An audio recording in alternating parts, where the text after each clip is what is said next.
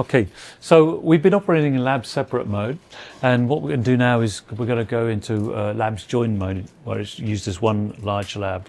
Okay, Zach's just going to change the mode, so we changed the labs join mode.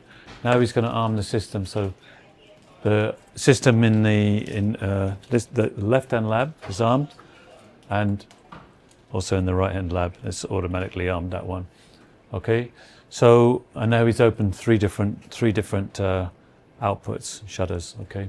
So we've got three different wavelengths in here now, and it's all displayed here. So we know anybody out here who wants to go into the lab knows what eyewear to put on before this is critical, before they go in. And we're not reliant on somebody writing it up on a notice board. They might have written it there 3 weeks ago, and it's not been changed. This is displaying in real time the wavelengths that are currently accessible in the lab. And this information, so we can see here which outputs are open. So this shutter here is currently open. Okay, this interlock connector here is currently interlock connector operator here is currently active, and this shutter here is currently open with the wavelengths displayed there. So we know exactly what's going on. Now this information, which is displayed here, could be displayed anywhere in your building. So we could, if you wanted to have another screen displaying the same information or a subset of this information somewhere else in your building, then that could be done basically. So we can display this information anywhere in the building. So now we're going to use the override, go in and have a look on the inside of the lab.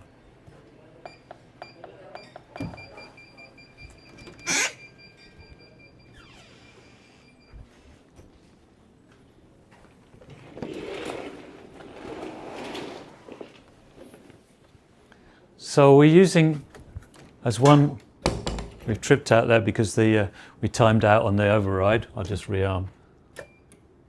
Master ICS armed. So we've got our audio alerts telling us what's going on as well. So we've got a large lab here now. We're using it as one large lab at the moment. There's like 8 different outputs here.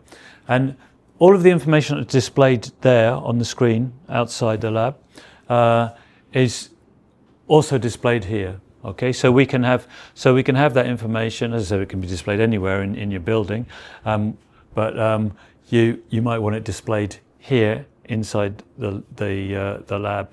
But this is particularly useful if you've got a complex interlock system with many different inputs. So if and here we've only got a couple of different inputs. We've got the curtain and we've got the door. Well, there's actually another 2 doors down there. But if you had 20, 30 different inputs and you couldn't arm the system, that can be very difficult and very time consuming to fault find and get the system up and running. And time is money. You've got a lot of expensive laser equipment in your lab, and you don't want to be spending 2 hours trying to find out which interlock input is open. But here it's displayed on the screen. Okay, if you with the status of all the interlock switches, so it's very easy to see if there's an interlock that's open. Now, the other thing about this is you can have this as a touch screen, and that's what we've got here. Okay, so we can actually control the system from here. So I can disarm from here. Okay. So with a touch screen, if you have a touch screen, you're able to control all elements of the system from your touch screen. So we can arm the system from here.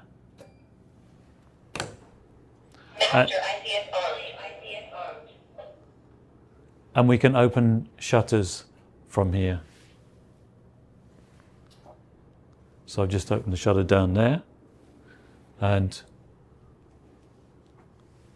I'm going to open this shutter here, which is this one, and I'm going to enable this distribution, this laser interlock operator over here, Interlock 2 armed.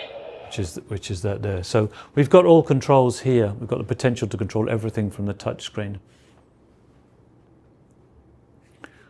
And if we want to, this touch screen could be in a control room. Obviously, you have to be very careful in those circumstances about your safety.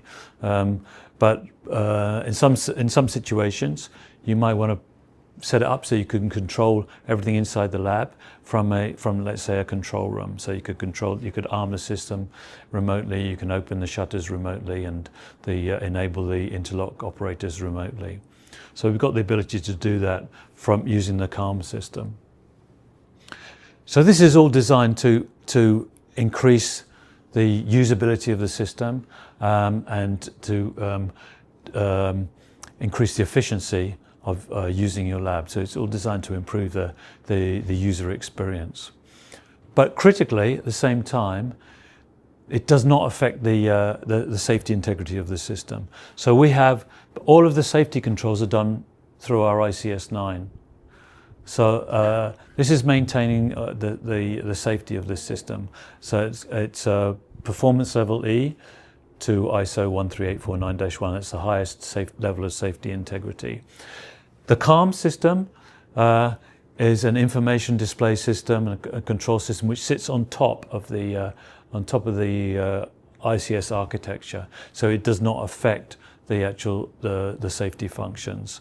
The safety functions don't go through the CaLM system. That's why there's no emergency stop on here. You can't have an emergency stop on a computer system, or a touch screen. But your emergency stops are hardwired. Okay, so the safety integrity of the system is maintained.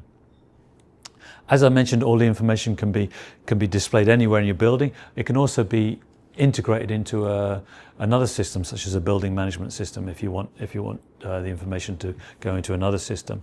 And the CaLM system also has logs. So every event is logged. So every time the system's armed or shutters open or a particular laser's enabled, that is logged, which could be useful in some situations for some people. So that's our CaLM system.